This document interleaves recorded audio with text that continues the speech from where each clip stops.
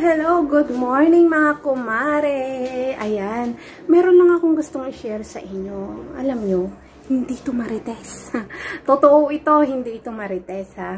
Kasi nung Lunes, nag-message sa akin yung kaibigan ng anak ko. So, si Maui, ka-boarding house din niya to. Pero Tagalupaw din. Ayan, hindi ito marites.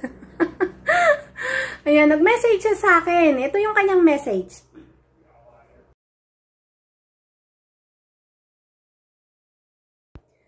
So, nabasa niyo yung message ni Maui.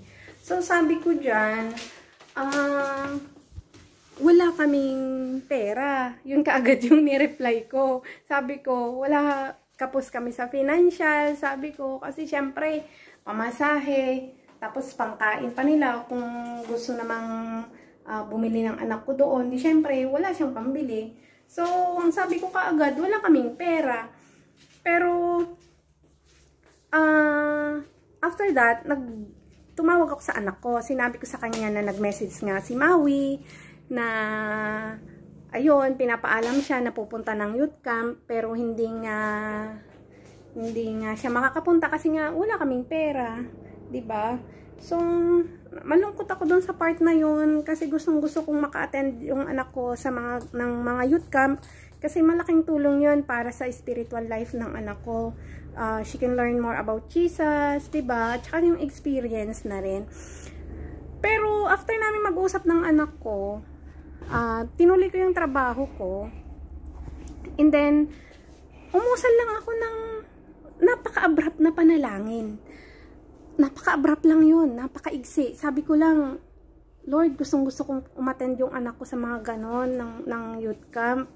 Kasi, para sa'yo yun eh. Sabi ko, para sana maka-experience ng bago yung anak ko.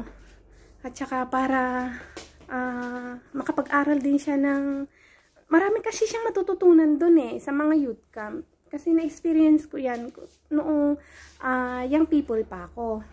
Yan, ikot ako ng ikot guys kasi nag-aayos ako dito sa bed nila amo. So, yun lang yung panalangin ko. Napaka-iksi, napaka-abrupt. Sabi ko lang, Lord, gustong-gusto kong maka-attend yung anak ko sa youth camp kaso wala kaming pera, sabi ko. And then, yun lang.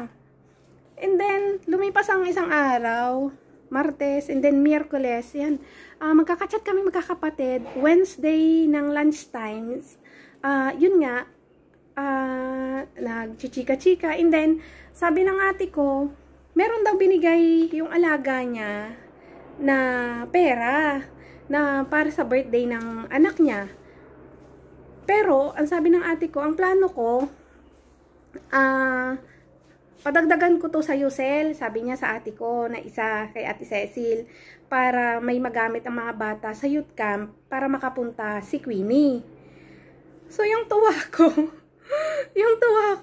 alam niyo yun, sabi ko, Lord, hindi ko ina-expect to na, na may ganitong plano ka. Sabi ko, kaya nagpapasalamat ako sa Panginoon. Alam niyo yon, yung napakaiksing panalangin, sinasagot niya. 'Di ba? So, napakabuti ng Panginoon talaga. So, sa excitement ko, binalita ko kaagad sa anak ko. Sabi ni Ate Venus, excited ka? Hindi lang yung excitement kasi, yung tuwa ko na sinagot ni Lord yung panalangin ko na hindi ko inaasahan. Kaya talagang si Lord, napaka-surprising, 'di ba? Nanonorprise yan eh palagi. Kaya para sa inyo mga kumare, alam ko maraming nakaka-experience nito na kapag kami pangangailangan tayo, hindi na natin alam kung kanino tayo lalapit. Halos nahiraman na natin mga kaibigan natin, 'di ba? May mga ganon. Pero hindi natin naiisip, bakit hindi tayo lumapit sa Lord, 'di ba? Siya lang naman ang nagpo-provide sa lahat ng kailangan natin, 'di ba? Kasi tayong mga tao minsan, hindi pala minsan, kadalasan, yan. Tayong mga tao kadalasan na kapag tayo ay gipit na, mas inuuna nating iniisip ang 5-6, 'di ba? Inuuna nating iniisip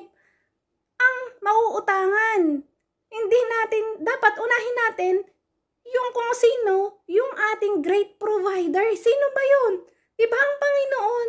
Kaya, dapat tumatawag muna tayo sa Kanya. Diba? Nagpipray muna tayo, mag-pray muna tayo na ipoprovide ng Panginoon yung lahat ng pangangailangan natin. Diba? Sabi nga sa Philippians 4:19, but my God shall supply all my needs according to His riches in glory in Christ Jesus. Kaya dapat unahin nating manalangin muna. Yun yung talagang natutunan ko sa lahat ng pagkakataon na kami ay gipit, ako ay gipit. Imbes na yung uutangan ko, yung iniisip ko, 'di ba? Yun munang Panginoon ko na magpo-provide. Kasi kung inuuna nating iniisip yung mauutangan, ang mauutangan natin yan yung may porsyento. 'Di ba? Napakalaki ng porsyento.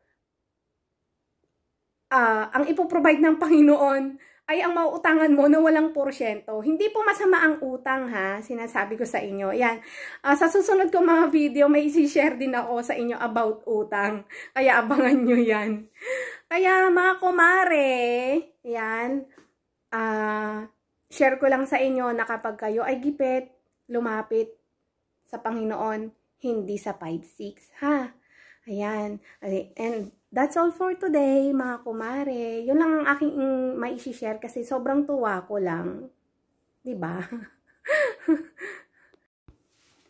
And that's all for today, mga kumare. Sana na-inspire kayo, kahit konti lang. Share ko for today. Ayan. Gusto ko lang talaga kasi sobrang tuwa ko. Kaya na-i-share ko. Naisipan kong i-share. Okay, mga kumare. Bye-bye. God bless po sa inyong lahat.